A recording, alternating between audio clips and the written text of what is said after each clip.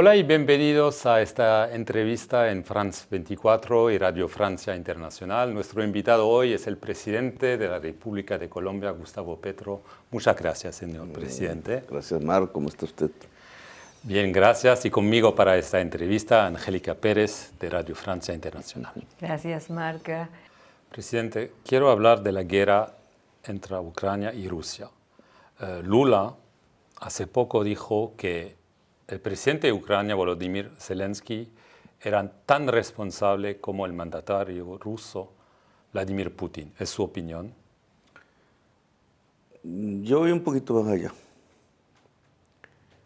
América Latina ha sido invadida muchas veces. La primera invasión, España y Portugal.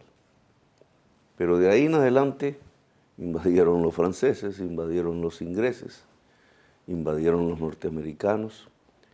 Las invasiones norteamericanas han sido bastantes ya en la historia reciente. Hemos visto invasiones en el Medio Oriente en el siglo XXI, Irak, Libia, Siria, porque hay unas invasiones que son buenas y se aplauden, y los mismos que aplauden esas invasiones rechazan otras. Hay invasiones buenas y hay invasiones malas. ¿O hay un eje de interés en el poder que determina y califica unas u otras, promueve unas y ataca otras, dependiendo de su propio interés geopolítico? Y en esa medida nuestros activistas, cuando se discutía el Tratado Internacional de Roma, de la Corte Penal Internacional, desde la sociedad civil, no estábamos en el gobierno, propusieron algo que me parece absolutamente pertinente para hoy. Si vamos a rechazar una invasión, que yo la rechazo, rechacemos todas, las pasadas y las futuras, y elevemos a delito internacional, a crimen internacional, la agresión. Toda agresión internacional, independientemente de quién la haga, sobre quién la haga, debe ser considerado un delito internacional juzgable en sus responsables personalizados. Pero el responsable es más Vladimir Putin que Zelensky en este caso. Eso es una discusión que se la dejo a usted, porque nosotros observamos... ¿O es Estados Unidos? No, observamos un juego OTAN que fue propiciando la construcción de una reacción rusa. Y la reacción rusa se dio sobre un pueblo que no tenía nada que ver ni con la OTAN, ni con los rusos, que es el pueblo ucraniano. Ese juego que también se quiso imponer en la esquina suramericana a la que pertenezco, OTAN, rusos, la lucha comercial Estados Unidos-China, no representa los intereses de América Latina. Y en esa medida lo mejor que podemos hacer nosotros es tomar distancia y proponer la paz. Si Lula quiere firmar con nosotros, con el presidente mexicano y con otros gobiernos del mundo, una exhortación al diálogo inmediato, a la tregua inmediata y a finalizar la guerra de inmediato, nosotros estamos dispuestos a firmarla. Usted ha cuestionado la OTAN, acaba de mencionarla. Presidente de Colombia, Colombia es el único país que tiene un acuerdo global desde 2018 con la Alianza del Atlántico Norte, un acuerdo que le permite tener una estrecha cooperación con la OTAN en cuestiones militares, cuestiones de seguridad. Los militares colombianos, el ejército colombiano está dando formación a pedido de la OTAN a los soldados ucranianos en desminado. ¿Considera usted pertinente continuar con este acuerdo global con la OTAN, que diversos sectores, no solo en Colombia, sino latinoamericanos, lo consideraron en su momento como la puerta abierta al intervencionismo, el guerrerismo en la región? La OTAN significa Alianza Atlántico Norte, nosotros somos del Caribe y el Pacífico, y muy, pero muy latinoamericanos, tuiteó usted en 2013. La palabra latinoamericano se nos queda un poco pequeña, porque somos más que latinos. Los latinos, la herencia latina hace parte, pero no solo ella, sino también la afro, los indígenas ancestrales que estaban antes de los romanos. los árabes que hicieron parte de las embarcaciones de la conquista, traídos a la fuerza por los españoles, etcétera, ha generado una diversidad tan grande que el latinoamericano no expresa exactamente lo que somos. Pero eso es lo que dijo en 2013. Pero, digamos, aceptando el término y sin discutirlo, yo prefiero una alianza latinoamericana. Es un camino que hay que construir, obviamente, pero en la perspectiva de la geopolítica mundial y estos conflictos que no nos representan, que no tienen que ver con fórmulas sociales diferentes, tiene que ver es con poderes económicos que se enfrentan, con incapacidades, por ejemplo la de Europa Occidental para pasar a las energías limpias, que la hizo depender del gas y al depender del gas ha provocado el conflicto. La incapacidad ha provocado el conflicto. Nosotros deberíamos juntarnos, no solamente en una perspectiva económica, no solamente en la perspectiva futura de lo que significa la crisis climática para América Latina y cómo planificamos y nos organizamos alrededor de ese objetivo de superar la crisis climática con una agenda de descarbonización, sino también desde el punto de vista militar. Que nunca seremos ofensivos. Ningún país latinoamericano que yo recuerde ha sido ofensivo. Siempre hemos sido defensivos. Y yo creo que eso es importante porque en la gran constitución de nuestros pueblos siempre tiene que estar escrita como una prioridad la paz del mundo. ¿Esa es su idea o ya se ha hablado con los otros países? Se ha hablado y ha habido ciertas intenciones, pero hasta ahora eso no tiene una realidad. Hablando de paz, el 4 de noviembre usted sancionó la ley con la cual se pone en marcha el proceso dicho de paz total. Entre otros, eso significa negociaciones con la guerrilla del ELN, las disidencias de las FARC y también grupos armados. De manera muy concreta, ¿hay resultados? ¿Ya hay negociaciones? ¿Qué está pasando? Sí, Mar, nosotros recogimos el estado en que quedó el proceso de paz de Santos. Muerto. No, ¿Trizas? porque Moribundo. se hizo el acuerdo de paz con la FARC. Ahora hay que cumplirlo. Ese acuerdo vale bastante dinero. El primer punto nomás, que es al que me ha acercado en estos meses, que es la reforma agraria, sobre 3 millones de hectáreas de tierra fértil. Ese solo punto vale entre 30 y 60 billones, más o menos entre 6.000 y 8.000 millones de dólares, en un lapso corto de tiempo, que hay que conseguir y que tenemos nosotros que poner en una inversión, porque no es realmente un gasto. Esas 3 millones de hectáreas empezarían a producir alimentos, generarían unos multiplicadores económicos, aparecería una clase media rural, pero bueno, digamos, ese es un punto, cumplir los acuerdos de paz con las FARC, que abre las opciones, digamos, de paz con el ELN, que también estaban en un punto intermedio, interrumpido abruptamente. Yo de ese punto intermedio he partido, reconocido los protocolos, etcétera. ¿Dónde estamos ahora? Ahora estamos en que el ELN, de acuerdo a la ley que se acaba de aprobar, ya ha escogido unos voceros, negociadores de la organización, tiene diferentes denominaciones. Nosotros hemos hecho lo mismo, ya se hará público en su momento, en este instante no se puede. No se ha escogido el lugar, será lo que viene, un punto. Había sido Cuba, y porque Cuba prestó su territorio, la derecha extrema que gobernó el país después del gobierno de Santos decidió insinuarle, o más bien decirle a la de extrema derecha que gobernó Estados Unidos después del acuerdo de paz, que colocara a Cuba en los países terroristas, y lo hicieron. Es decir, el castigo a Cuba por haber ofrecido su territorio para hacer la paz en Colombia fue haberlo conducido a un aislamiento internacional más profundo, a través de la lista de países que favorecen el terrorismo.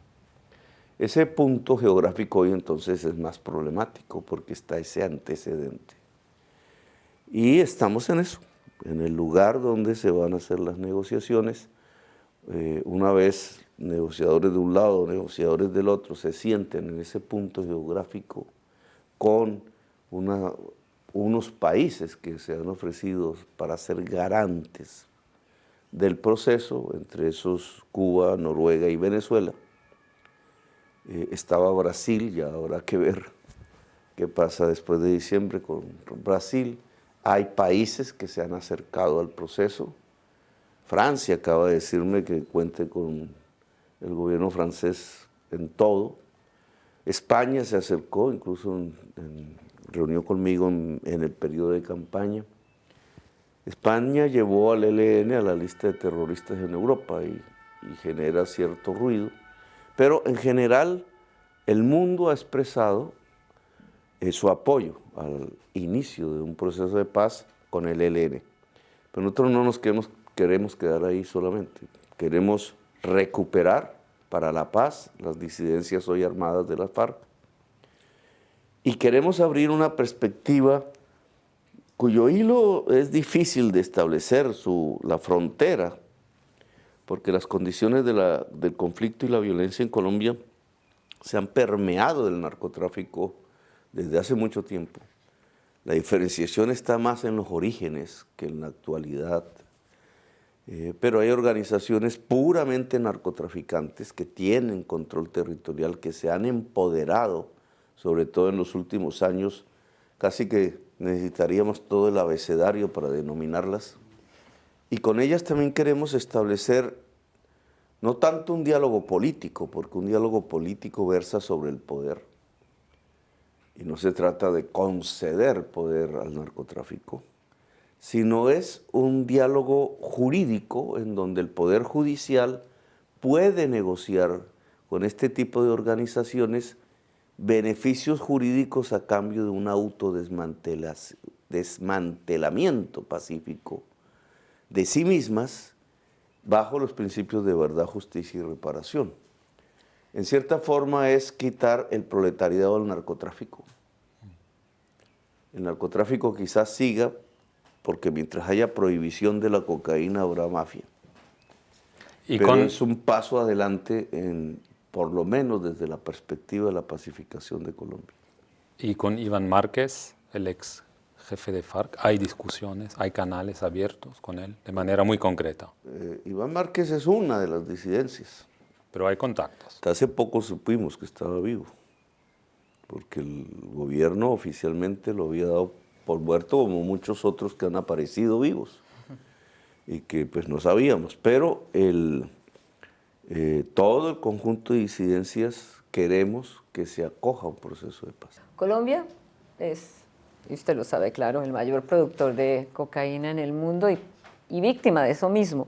Usted como presidente colombiano denuncia el fracaso total de la política antidrogas por prohibicionista, por ecocida, y esa guerra contra las drogas ilícitas ha sido determinada, diseñada desde hace 50 años por Estados Unidos. Sí. Usted ha encontrado altos funcionarios del gobierno estadounidense, el secretario de Estado Blinken, una delegación oficial que envió su par Joe Biden a hablar expresamente con usted, el jefe de la CIA. ¿Qué respuestas concretas da Washington, medidas concretas a esa visión que tiene usted de lo que debe ser realmente la lucha contra el narcotráfico y el manejo de las drogas ilícitas y la otra es la hoja de coca? Yo creo que el sector político que hoy gobierna Estados Unidos es consciente de que fracasó la guerra contra las drogas. En su sociedad no lo pueden, digamos, se tienen que mover muy prudentemente, muy paquidérmicamente, pero creo que son conscientes, es lo que hemos hablado. Digamos, las cifras son contundentes, es que hay 1 millón de muertos latinoamericanos, es que millones de personas, la mayoría negras, han pasado por consumir o por portar una pequeña cantidad en las cárceles de Estados Unidos. Es que las mafias son más poderosas que antaño el famoso Pablo Escobar, que palidece ante el poder hoy de organizaciones que pueden organizarte un ejército al mismo estilo de los Mariners, controlando territorios en cualquier parte de América, que pueden poner estados arrodillados como Haití, que pueden, digamos, desestabilizar a tal punto la democracia que han convertido a América en uno de los lugares más violentos. Señor presidente, ¿usted quiere la legalización en Colombia? Y también otra pregunta muy concreta, ¿usted quiere parar extradición de narcotraficantes a Estados Unidos? Bien, en primer lugar, la legalización en Colombia de la cocaína no sirve para nada.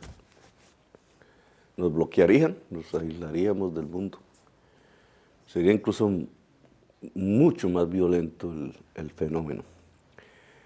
En segundo lugar, lo que proponemos no es un liberalismo alrededor del consumo de las drogas, que algunas sociedades pues permiten, sino lo que proponemos es que todo el dinero destinado a una guerra fracasada, que son muchos, miles de millones de dólares, se dedique a prevenir el consumo, de tal manera que con la cocaína pase lo mismo que ha pasado con la nicotina. Hay sociedades que aún fuman, la nuestra ya no. En Colombia se puede demostrar que sin criminalizar el consumo de tabaco o cigarrillos, nicotina en general, con la campaña de prevención y con los cambios que la sociedad va teniendo en el tiempo, se redujo casi a cero ese consumo. No es fácil encontrar a alguien que fume en Colombia. ¿Por qué se puede hacer eso siendo legal el consumo de cigarrillo y no se puede hacer con la cocaína? Si las sociedades cambian en el tiempo, son más afectuosas, menos competitivas entre sí, si se hace esa inversión de miles de millones de dólares en prevenir, en educar, tenga usted la seguridad que el consumo de cocaína tenderá a cero en el tiempo. Y eso es lo que se trata, y no habrá muertos, no habrá este desastre en que se ha conducido América Latina en estos 50 años. Las perspectivas serían diferentes. Entonces, digamos, no hablo de descriminalizar simplemente para que entonces la cocaína se convierta en una especie de Coca-Cola en consumo en todo el mundo, ¿no? Hablo es de redireccionar la lucha antidrogas de tal manera que abandone sus aspectos militares violentos y represivos y ahonde en los aspectos de la salud pública y de la prevención, porque creo que es el camino más eficaz. Durante los últimos años, el presidente de Venezuela, Nicolás Maduro, ha sido considerado como persona no grata en la escena internacional. Hoy la emergencia climática nos emplaza a salvar la selva amazónica. Usted lo ha propuesto y Venezuela tiene que hacer parte importante de esta cruzada mundial para salvar la Amazonía. Así lo ha formulado usted en la COP27. Yo le pregunto, señor presidente, ¿usted está dándole la mano a su homólogo venezolano para que retorne a la escena internacional como un presidente legítimo en una revitalización no solamente de la selva amazónica, sino tal vez de la selva de relaciones diplomáticas internacionales? Pues sí, pero también no solamente a escenarios como la COP, etcétera, sino también a las reuniones en México.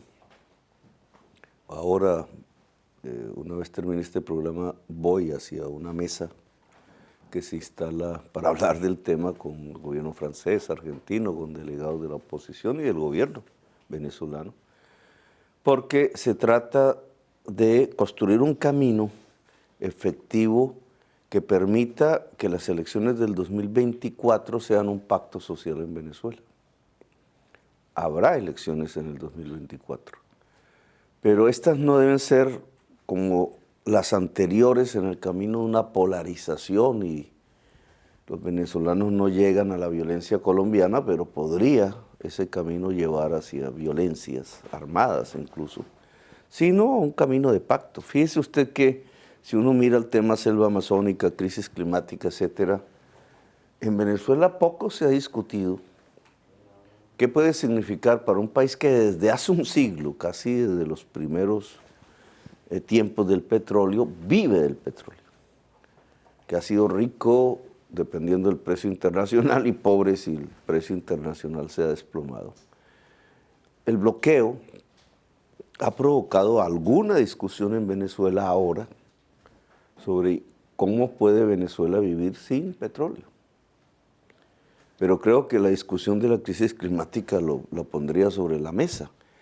Y a mí hasta me interesaría mucho que en esos acuerdos que tienen más con las medidas represivas que se han tomado, las que podrían tomar si la contraparte gana, sobre las garantías de las elecciones para el 2024, para ambas partes, se pusiera también en discusión para las fuerzas políticas venezolanas, qué va a hacer Venezuela cuando las demandas de petróleo se desplomen en los próximos años o décadas, precisamente para salvar la humanidad de la crisis climática.